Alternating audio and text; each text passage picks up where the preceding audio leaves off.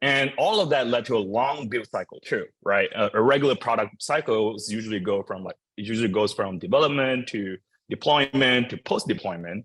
And all along the way, you have to learn specific tools, you have to learn how to set it up, you have to learn 5 to 10 different nuance decisions that you have to make to get past each of the stages. And so this is going back, it's like, hey, when you're building a product, why should you spend so much time worrying about the tooling, worrying about making sure you do things correctly? Where are the guardrails, right? Like, who should be the one to kind of help you set things up? In the Web 2 world, it's very straightforward. If you want to build a website, you can just do it in 2 seconds. And you create a React app, you deploy it on yourself. But in the Web 3 world, there's nothing equivalent. There's nothing similar. And if you look at kind of Web 2, a lot of tools help you take care of development, deployment, and the management of it, right? Even analytics, like post-deployment. In the Web 3 world, there's nothing similar. There's nothing equivalent. And I would say the last challenge, one of the most frustrating one for me personally was keeping up with the industry. Web3 is a very fast-paced industry. We all heard of, people would kind of throw around one month in the Web3 space is equivalent to 1 year in the real world, right?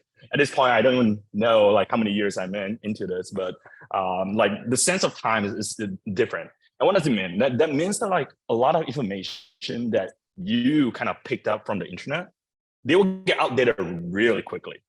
The best way to do things or the best standard to follow today could be the best today, but tomorrow it could be completely different. Why? Because the tech is still new, everyone's still figuring out, everyone's still navigating through all of it.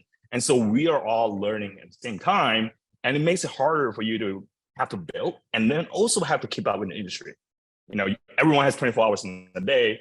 How much time are you going to spend on each of them? It's really important for us to kind of allocate the time efficiently to focus on the thing that we want to build.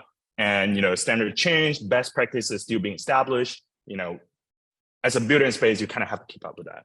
And all of those, makes it really hard for developers or builders to come into the Web3 space and build any decentralized internet products. When you tell people you're building in Web3 space, what it really means is that you're figuring out what is the Web3 space, you're figuring out what's the best practices, the tools, the tech, regulations, and all of that. On top of that, you're building a real product of what people want, right? You're taking on 2 full-time jobs at the same time.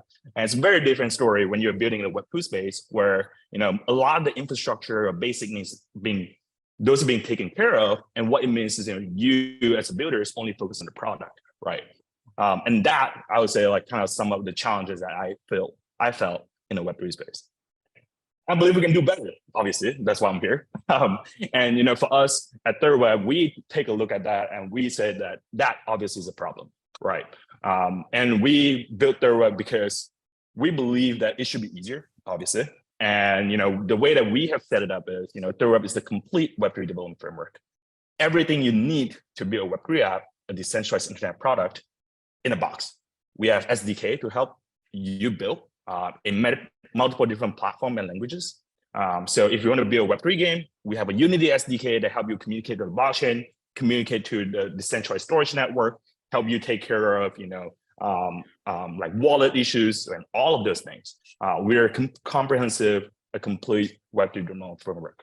If you need a smart contract, we have pre-built smart contract for you to use. And we also have, different UX enhancement features like gasless or fiat to crypto on-ramp and all of that.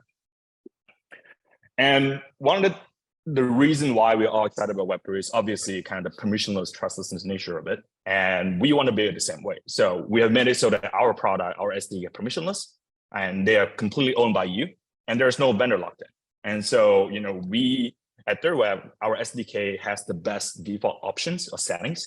We also made it configurable and customizable so that every developers can bring in their own implementation and really just solve the needs theirs. You don't have to just use whatever we decide. And we don't want to lock you in because that's not very Web3. And we want to make sure that we keep that open for developer as well. And ultimately what we care about is we want to shorten the time to production for developers while allowing the composability that is the ethos of Web3.